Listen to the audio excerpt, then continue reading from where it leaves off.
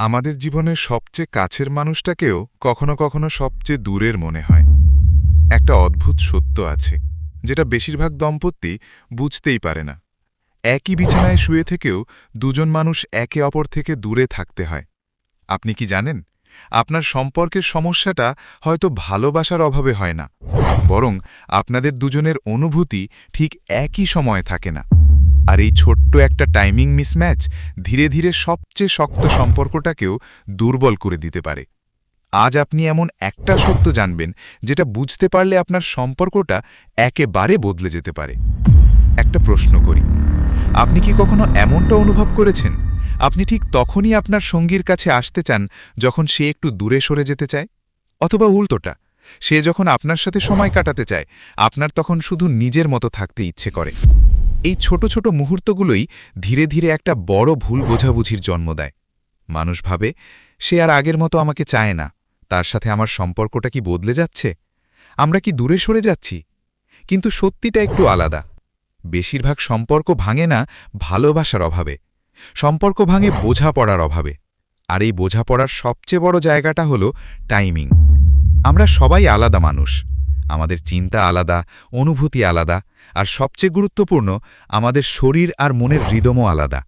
একজন মানুষ দিনের শেষে শান্তি খোঁজে, আরেকজন মানুষ দিনের শুরুতেই এনার্জি খুঁজে পায়। এই পার্থক্যটাই অনেক সময় সম্পর্কের মধ্যে অদৃশ্য দূরত্ব তৈরি করে। দিনের শেষে নারীদের অনুভূতির জগৎ। একজন নারী সারাদিন অনেক কিছু সামলায়, বাইরের কাজ, পরিবারের দায়িত্ব, অসংখ্য ছোট ছোট চিন্তা, সবকিছু মিলিয়ে তার মনটা সারাদিন ব্যস্ত থাকে। কিন্তু যখন দিন শেষ হয়, যখন চারপাশ একটু শান্ত হয়, তখন সে ধীরে ধীরে নিজের ভেতরে ফিরে আসে। এই সময়টায় তার প্রয়োজন হয় একটু শান্তি, একটু নিরাপত্তা, একটু অনুভূতির সংযোগ। সে চায় কেউ তার কথা শুনুক, কেউ তাকে বুঝুক, কেউ তাকে অনুভব করুক। এটা কোনো দুর্বলতা না, এটা মানুষের স্বাভাবিক অনুভূতি। দিনের শুরুতে পুরুষদের মানসিক হৃদম। অন্যদিকে অনেক পুরুষের দিনটা শুরু হয় একদম আলাদাভাবে। সকালে ঘুম থেকে ওঠার পর মনটা থাকে হালকা, শরীরটা থাকে সতেজ, এবং চিন্তাগুলো থাকে পরিষ্কার। এই সময় অনেক পুরুষ অনুভব করে সে রেডি, সে ফোকাসড, সে প্রেজেন্ট। তার মনে হয় এটাই সবচেয়ে ভালো সময় কানেক্ট করার। কিন্তু সমস্যা হয় তখনই যখন এই দুটো সময় একসাথে মেলে না। একই সম্পর্ক, আলাদা সময়। ভাবুন, একজন মানুষ সন্ধ্যায় আপনার কাছে আসতে চায়, আরেকজন মানুষ তখন ক্লান্ত, চুপচাপ থাকতে চায়। আবার সকালে যখন একজন রেডি, অন্যজন তখনও নিজের ঘুম আর স্বপ্নের ভেতরে। এখানেই শুরু হয় সেই অদৃশ্য গ্যাপ। কেউ কারো বিরুদ্ধে না, তবুও দুজনেই ভাবে সে আমাকে বুঝছে না। এই মিসআন্ডারস্ট্যান্ডিংটা খুব ছোট একটা জায়গা থেকে শুরু হয়, কিন্তু সময়ের সাথে সাথে এটা বড় হয়ে যায়। একদিন কথা কমে যায়, একদিন স্পর্শ কমে যায়, একদিন চোখে চোখ রাখা কমে যায়, আর তারপর মানুষ ভাবে আমাদের মাঝে আগের সেই কানেকশন নেই। কিন্তু একটা জিনিস বুঝতে হবে, আপনার সঙ্গী আপনার বিপরীত না, সে আপনার শত্রু না, সে শুধু আপনার মতো না। আর এই নট সেম হওয়াটাই স্বাভাবিক। সম্পর্ক টিকিয়ে রাখার আসল চাবিকাঠি। সফল দম্পতিরা পারফেক্ট না, তাদের মাঝেও ডিফারেন্স থাকে, কিন্তু তারা একটা কাজ করে, তারা একে অপরকে বুঝতে চেষ্টা করে। তারা বলে, তুমি কেন এমন না? তারা জিজ্ঞেস করে, তুমি কেমন অনুভব করছো? এই একটা প্রশ্নই অনেক কিছু বদলে দেয়।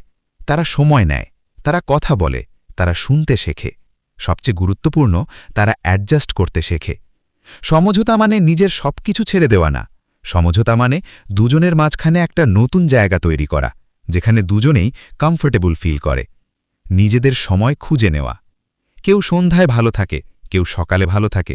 তাহলে কি করা যায়? মাঝের একটা সময় খুঁজে নিতে হবে, অথবা একে অপরের সময়কে রেসপেক্ট করতে হবে। কখনো আপনি তার জন্য সময় দিবেন, কখনো সে আপনার জন্য সময় দিবে। এই ছোট ছোট এফর্টগুলোই একটা সম্পর্ককে স্ট্রং করে।